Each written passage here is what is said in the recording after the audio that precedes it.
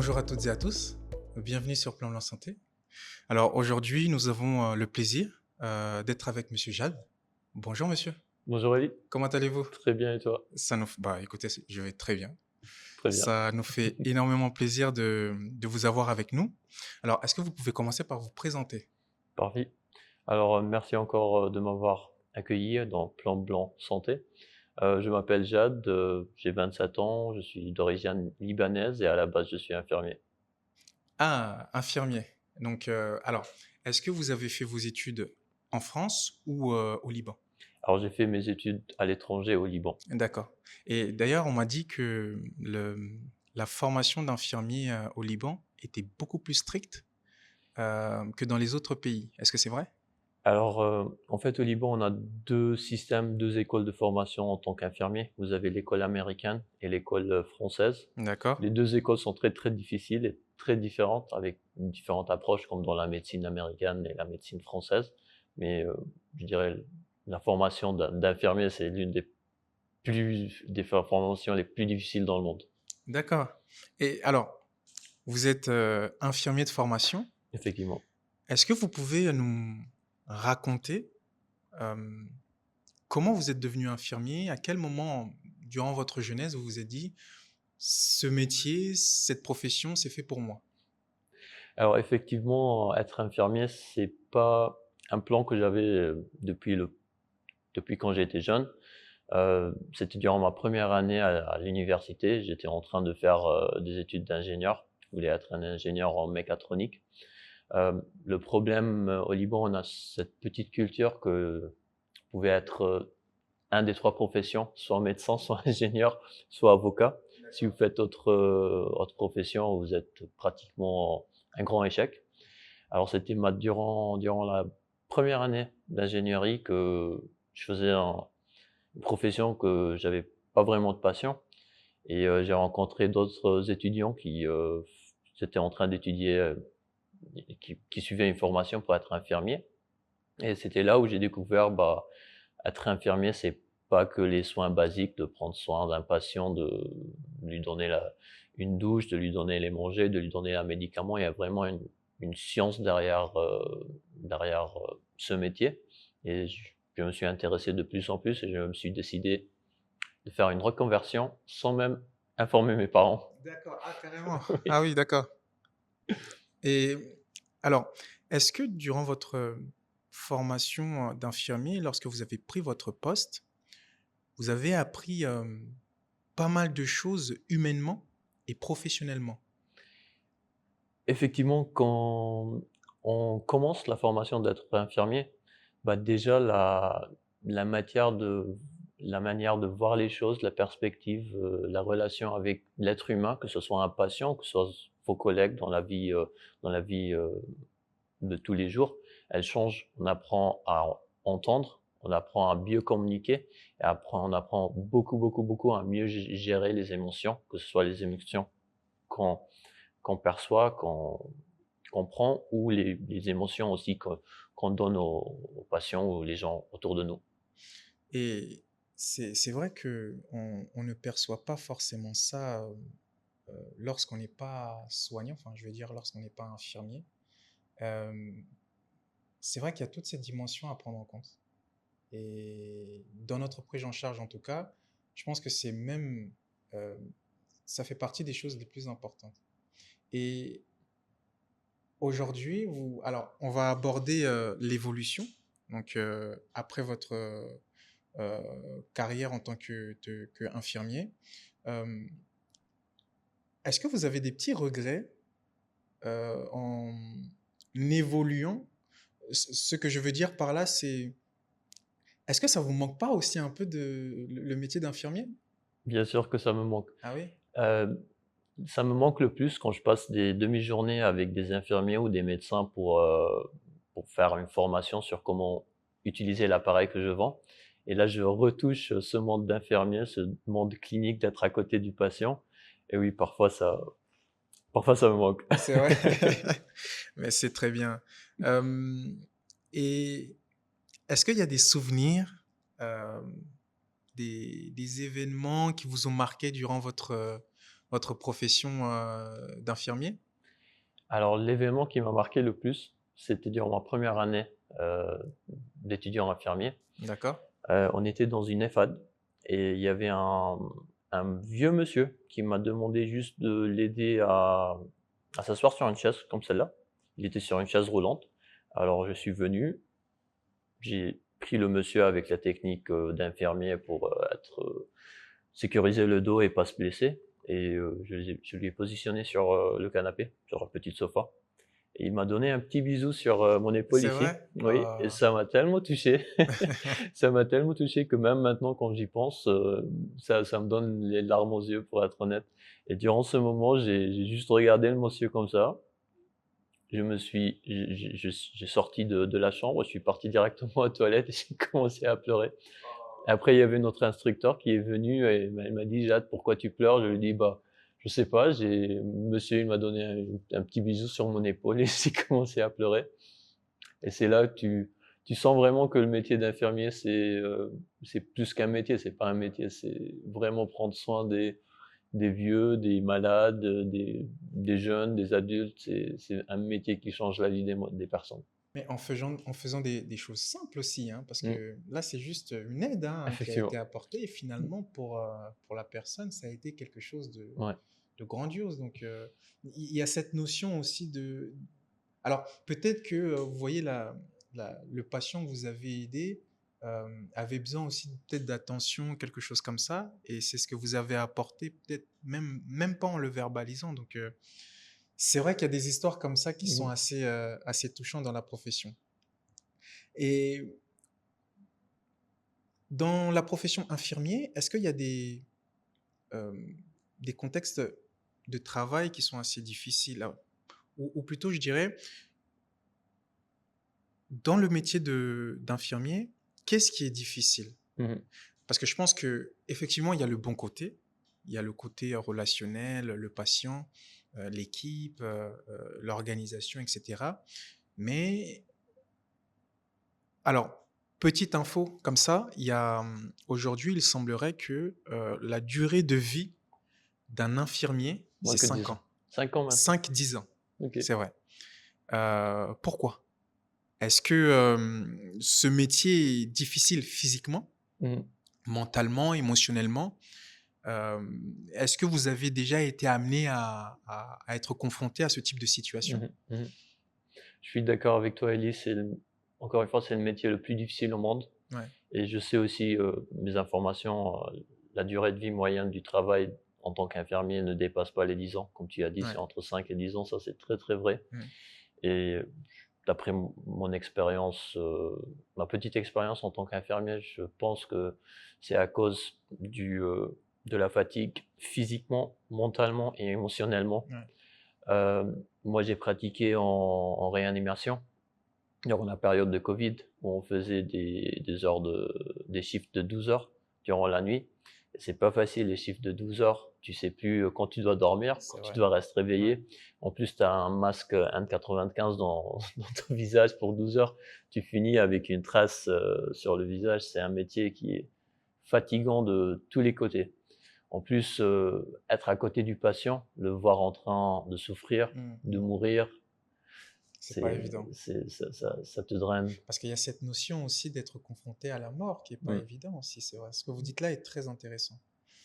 Euh, Est-ce que c'est ça qui a fait que vous êtes réorienté ou naturellement vous aviez déjà des perspectives d'évolution Mmh. en tête?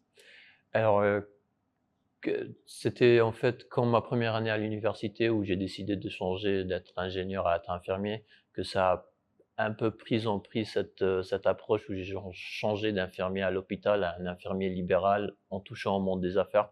C'était vraiment, je dirais plus ou moins un coup de chance. Des patients que j'avais déjà rencontrés à l'hôpital me demandaient de faire quelques soins à domicile et petit à petit, les soins à domicile devenaient, plus fréquents et j'ai décidé d'arrêter d'être infirmier et de devenir infirmier libéral ou infirmier qui s'occupe, des patients à domicile et c'était là où j'ai touché à tout ce qui est monde des affaires, comment manager une équipe, en libéral, dans un contexte de soins à domicile, dans un bureau de soins à domicile et c'était là où j'ai touché ce 2e monde des affaires, mais toujours dans le monde, médical et dans le monde d'infirmier. D'accord. Et du coup, vous vous réorientez. Est-ce qu'on peut avoir le cheminement entre la période où du coup vous étiez infirmier, vous êtes devenu ensuite infirmier libéral, et ensuite vous vous êtes réorienté. Alors, quelle est précisément cette réorientation? Parce que c'est ce que vous faites finalement aujourd'hui. Effectivement, maintenant je travaille en tant qu'ingénieur technico-commercial et durant le travail, d'infirmier libéral, tu fais un peu je dirais, tu fais un peu de la prospection et D'accord. tu commercialises tes services. Hmm. Tu essaies de rencontrer des infirmiers, d'autres infirmiers qui travaillent aussi en libéral, des médecins gériatres ou des médecins généralistes, en créant ce lien avec eux, en leur disant: «Bah, moi je suis là maintenant, je travaille en libéral, si vous voulez je peux prendre soin de vos patients». Même chose avec les pharmaciens. Hem, alors c'était vraiment une une nouvelle découverte pour moi où j'ai découvert le monde de commerce, mais à travers les pratiques d'infirmier. Et quelle formation spécifique on doit faire pour faire cette profession? Alors, ce qui est bon en commerce, on n'a pas vraiment besoin de faire une formation pour devenir commercial. D'accord. Mais en fait, pour, approfondir les connaissances en tout ce qui est commerce, marketing, service après-vente, finance et audit, j'ai décidé de faire un master d'ingénieur d'affaires, un MBA D'accord. et aussi pour avoir une expérience, nouvelle, j'ai décidé de la faire ici en France, il y a 3 ans à l'école ISTEC et D'accord. c'était l'une des meilleures décisions que Ah, j'ai fait dans génial. ma vie, autre, de décider d'être infirmier. Et lorsque je vous entends parler, ça me fait penser à quelque chose parce que il y a énormément d'infirmiers, alors, qui quittent le métier parce que pour eux, il n'y a plus de perspective d'évolution, ils ne veulent plus rester dans les soins. Lorsque je vous entends parler, je me dis qu'il y a des perspectives d'évolution. On n'est pas forcément obligé d'être, de rester infirmier en tout cas, Mmh. mais il y a d'autres voies d'évolution que peut offrir la licence d'IDE. Est-ce que ça vous faisait peur euh, lorsque vous avez décidé du coup d'arrêter de faire du libéral pour aller faire de la commercialisation, d'aller parler aux pharmaciens, d'aller parler à des médecins, d'aller parler à des structures? Mmh. Parce que finalement, c'est pas quelque chose que vous faisiez à la base. Mmh. Donc ça a été une découverte totale. Est-ce que ça vous faisait peur? Alors il y avait cette petite peur que j'avais en changeant de monde. Effectivement, en tant qu'infirmier, j'ai pratiqué pour à peu près un peu plus de 3 ans et j'étais dans ma zone de confort. Je partais, je faisais mon travail, je touchais un salaire à la fin du mois. Alors il y avait ce côté, financier qui était, plus ou moins en sécurité, que j'avais pas à y penser et quand tu te lances en libéral, c'est un nouveau monde, tu sais pas si ça va marcher, si ça va pas marcher, comment C'est les vrai. gens vont Mm. apprécier. Est-ce que toi-même tu pourras aimer d'être plus ou moins autonome et avoir, une politique de travail qui est en dehors de l'hôpital où tout est protocolisé, tout est standardisé. Tu as vraiment une manière de travailler pour toute l'équipe que tout le monde doit apprendre et refaire la même chose. En libéral, tu as pas ce confort, c'est vraiment, heu les horaires ne sont pas fixes. Tu travailles soit le matin, soit le soir, soit tu as un patient qui a fait un malaise et tu dois aller le voir. Alors, c'était vraiment le risque ou la peur d'y penser que, bah, peut-être je vais pas aimer, peut-être ça va pas marcher, mais je me disais dans les pires des cas, je peux toujours revenir en arrière et revenir à l'hôpital. La porte des hôpitaux, elle est jamais fermée pour les infirmiers. Et c'est vrai que euh, il y a cette notion d'entrepreneuriat et je n'avais jamais pensé à ça parce que vous décidez de vous lancer et vous vous dites, bon, si jamais ça ne marche pas, je peux toujours retourner à l'hôpital. Mmh. Donc, vaut mieux tenter. Aujourd'hui, il y a plein d'infirmiers, infirmières qui, je pense, aimeraient aussi se lancer comme vous. Quel conseil vous pourriez leur donner? Le conseil que je peux leur donner, c'est vraiment n'ayez pas peur. Vous avez toujours un plan B. Les portes des hôpitaux, ils vont jamais être fermés. C'est ça l'avantage du métier d'être infirmier. L'IA, les robots, il n'y a rien au monde qui va remplacer les infirmiers. Vous êtes toujours dans safe zone. C'est vrai. Ça ne remplacera. Alors, est-ce que quand on dit que ça ne remplacera pas, c'est peut-être le côté humain qui fait que ça ne remplacera pas C'est sûr, les humains? c'est sûr. Ok, L'IA est incapable de donner les mêmes émotions qu'un c'est vrai. infirmier ou qu'une infirmière peut donner au patient. Le sentiment de sécurité, le sentiment de proximité à mon patient. L'IA, les robots ne pourront jamais faire Mm. ça. Par contre, l'IA pourra faciliter le travail des infirmiers et des infirmières, mais elle ne pourra jamais le remplacer. D'accord. Quelles sont les perspectives d'évolution aujourd'hui selon vous dans le métier d'infirmier? Mhm. Au sens large, hein. Euh, Moi, je pense par exemple à IA, D-Bod. Est-ce que vous voyez autre chose? Alors, ce qui est intéressant, c'est que j'ai découvert chaque jour des parcours d'évolution pour le métier d'infirmier de plus en plus. Quand on commence notre métier en tant qu'infirmier, on pense que c'est soit être infirmier toute sa vie, soit monter en grade pour devenir directeur de soins C'est infirmiers. vrai. Mais après, on se réalise que non, il y a maintenant beaucoup de choses qu'on peut faire en tant qu'infirmier. Comme toi, par exemple, tu fais une C'est vrai. formation de direction d'établissement santé. L'établissement de santé, Ça, c'est je vrai. savais pas, pour être honnête. Ah, d'accord. Je l'ai découvert avec toi. D'accord, ok. Être commercial dans le domaine médical ou paramédical aussi, c'est un autre parcours très intéressant pour les infirmiers. Maintenant, en France, être IPA, comme nos confrères aux États-Unis ou en Angleterre, c'est un métier qui est très intéressant, qui donne de l'autonomie à l'infirmier, à l'infirmière. Et aussi, c'est un autre mode de vie où on peut vraiment se lancer en libéral en tant que plus ou moins autonome. Et c'est hyper intéressant. C'est vrai. Et pour revenir à ce que vous dites, moi je pense notamment à tout ce qui est droit de la santé. euh, il y a tout ce qui est formation en santé publique qui peuvent être aussi intéressants. Mais c'est vrai qu'il y a énormément de Mmh, choix à faire, hein, mmh, après mmh. le métier d'infirmier. Est-ce que c'est de la confiance qu'il faut? Est-ce que c'est du courage qu'il faut? Selon vous, qu'est-ce qu'il faut pour passer à l'étape d'après? Alors moi, je trouve ce qui est indispensable pour passer à la prochaine étape, c'est de bien s'orienter. L'orientation pour les infirmiers, malheureusement, je trouve qu'elle n'existe pas du tout, Hmm, que ce soit en France, au Liban ou partout dans le monde. Heu, faut vraiment bien orienter les infirmiers et les infirmières en leur disant: «Vous avez travaillé pendant 5, 6, 7 ans, 10 ans en tant qu'infirmier. Regardez les différents parcours que vous pouvez prendre, les hmm, différents chemins et regardez l'objectif qui vous intéresse le plus, où vous vous trouvez le plus confortable à prendre et prenez-le, n'ayez pas peur. Encore une fois, la porte de l'hôpital est toujours ouverte c'est pour vrai. retourner. Et j'aimerais revenir sur votre métier en tant que technico-commercial en santé. Euh, pour toutes les personnes qui nous regardent, Mmh mh. euh, j'aimerais qu'on puisse vraiment faire le tour de cette profession Mmh. pour que, après cette vidéo, quelqu'un qui s'intéresse à ce métier Mmh. puisse se lancer. En quoi consiste le métier?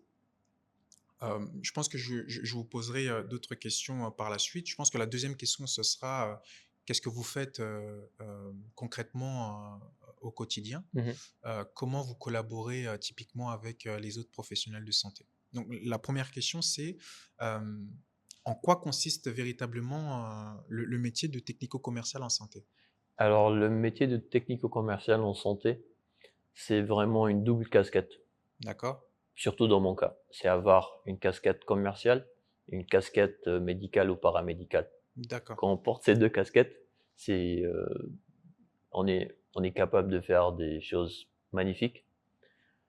Quand vous parlez à votre client, qui est le professionnel de santé, vous parlez pas vraiment au client, vous parlez à ses patients, mais à travers votre professionnel de santé, votre client. D'accord. Parce qu'en fait, vous vendez un appareil qui va être utilisé sur des patients, qui va être utilisé pour faire le dépistage précoce, Mmh. optimiser le parcours patient et vraiment avoir une meilleure prise en charge de mon patient. Et c'est là la différence entre un commercial classique et un infirmier classique. D'accord. Le commercial, il va pouvoir vendre, l'infirmier, il va pouvoir prendre soin du patient. Les 2 ensemble, ils vont créer, quelque chose qui est très, très beau. C'est vrai, Ce que c'est j'essaye vrai, de oui. faire. Mais c'est surtout que lorsque vous parlez à des professionnels de santé, vous savez de quoi vous parlez. Effectivement, on parle leur langage, on connaît les difficultés qu'ils ont durant leur travail, les problèmes qu'ils ont.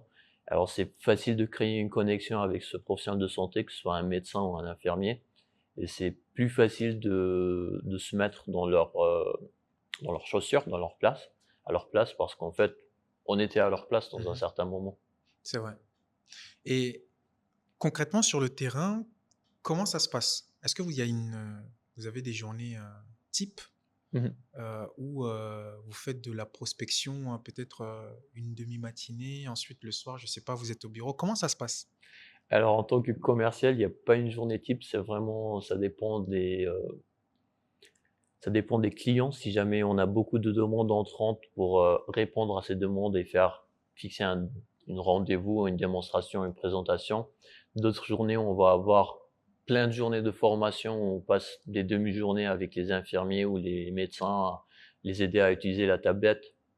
D'autres journées où on n'a pas de demande entrante et dans ce cas, en tant que commercial, on doit créer ces demandes entrantes. On doit faire de la prospection terrain, aller à l'hôpital, aller aux cabinets médicaux, tac, tac, tac, Mmh.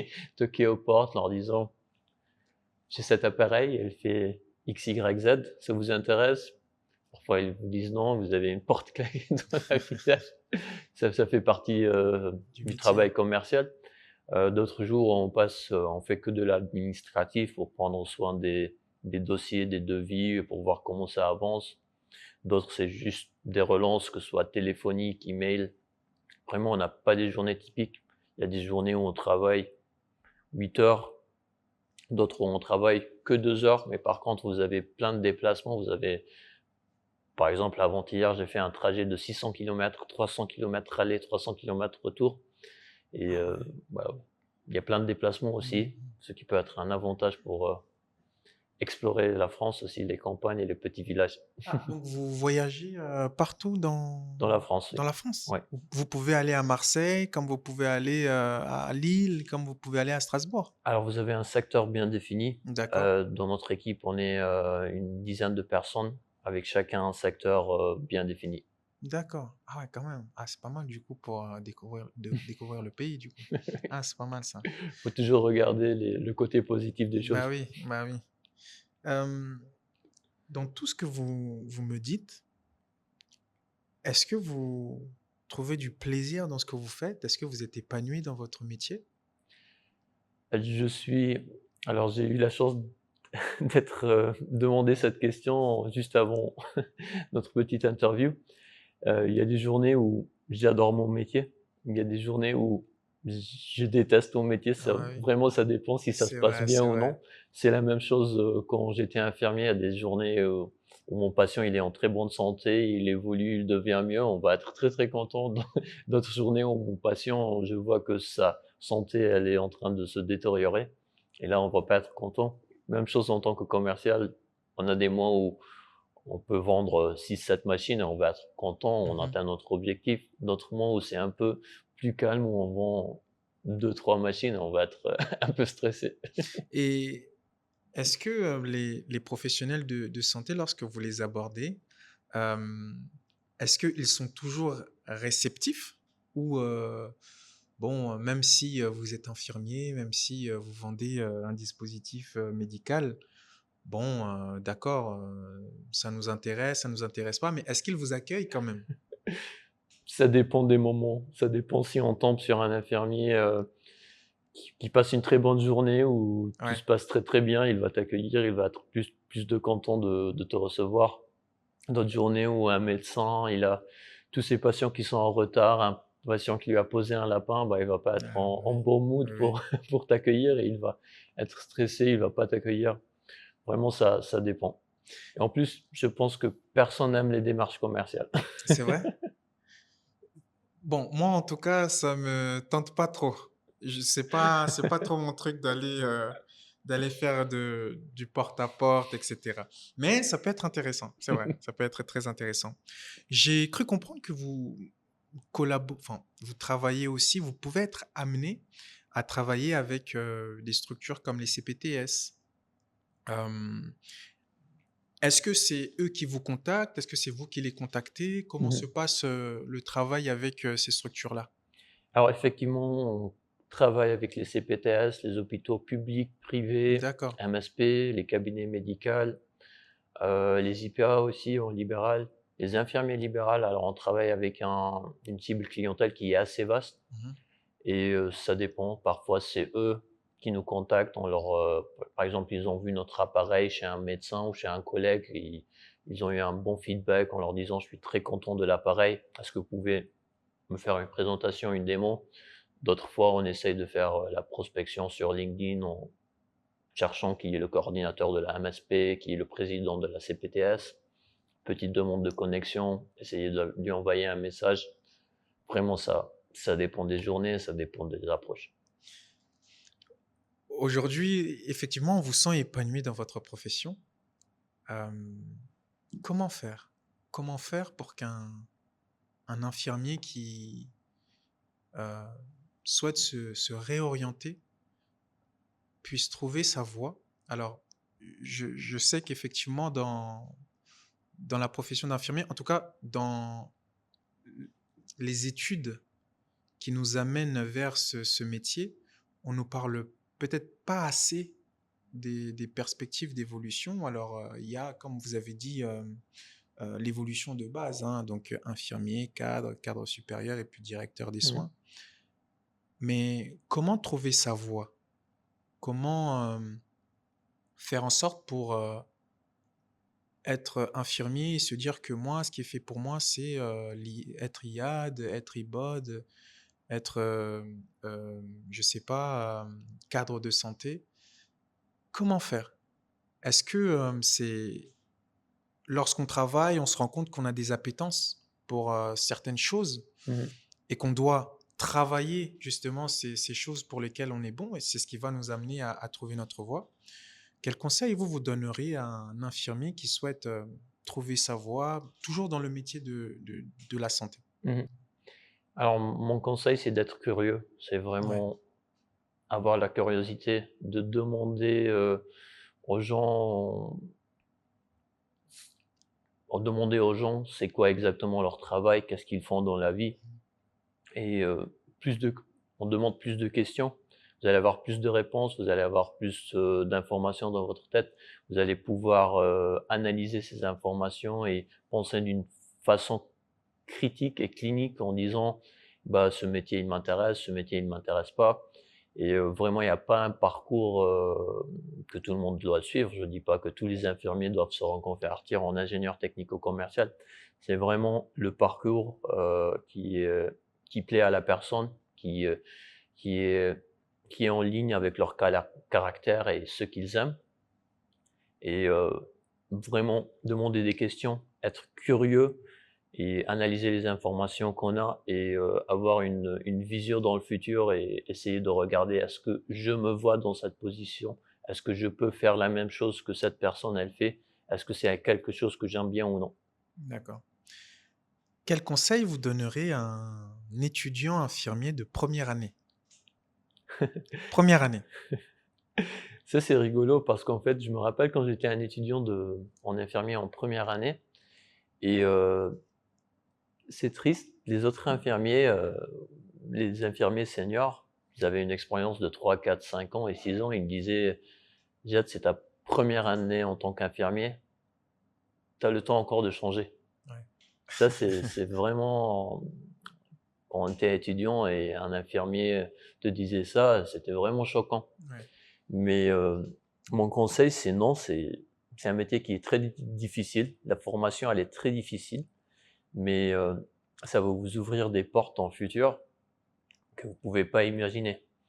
Là, n'importe où je vais et si je postule pour un autre job, que ce soit en marketing, que ce soit en commercial, que ce soit en management de direction, d'établissement de santé, ce qui attire leur attention, c'est vraiment le métier d'infirmier. C'est vraiment la Mmh, formation d'infirmier. c'est vrai. C'est un atout qui est énorme. C'est un atout qui est énorme. Alors, foncez jusqu'à la fin du chemin, même si c'est Même difficile. si c'est difficile. Oui. Et un infirmier qui est en troisième année, Mmh. quel conseil vous pourrez lui donner? En troisième année, puisqu'il a, pratiquement fini sa formation, travailler en tant qu'infirmier et avoir comme objectif d'être le meilleur infirmier au monde. Ouais, Quand j'étais infirmier, je voulais être le meilleur infirmier c'est au monde. vrai? J'étais infirmier en dialyse, je voulais être le meilleur infirmier de dialyse au monde. Oh, Infirmier en réa, meilleur infirmier de réa du monde. En libéral, même chose, meilleur au libéral.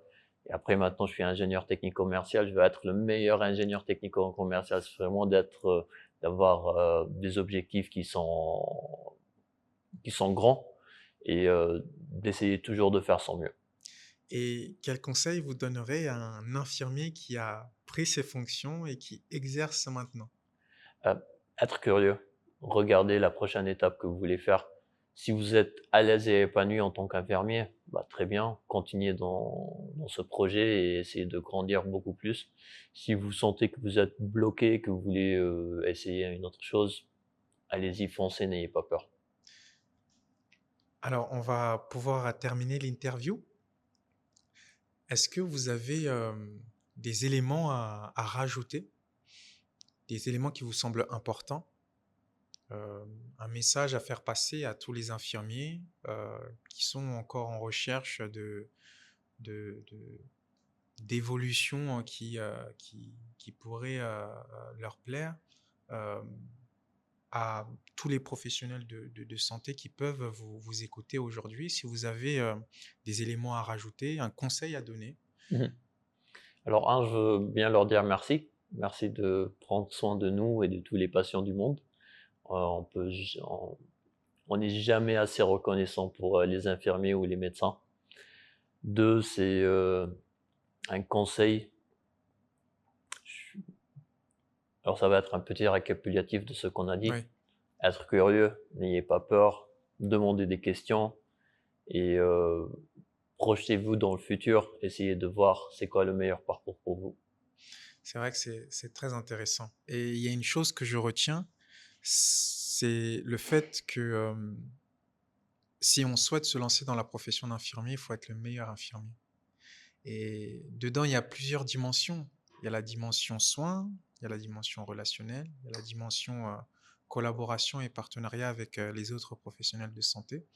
Il y a la famille, l'entourage à prendre aussi en considération.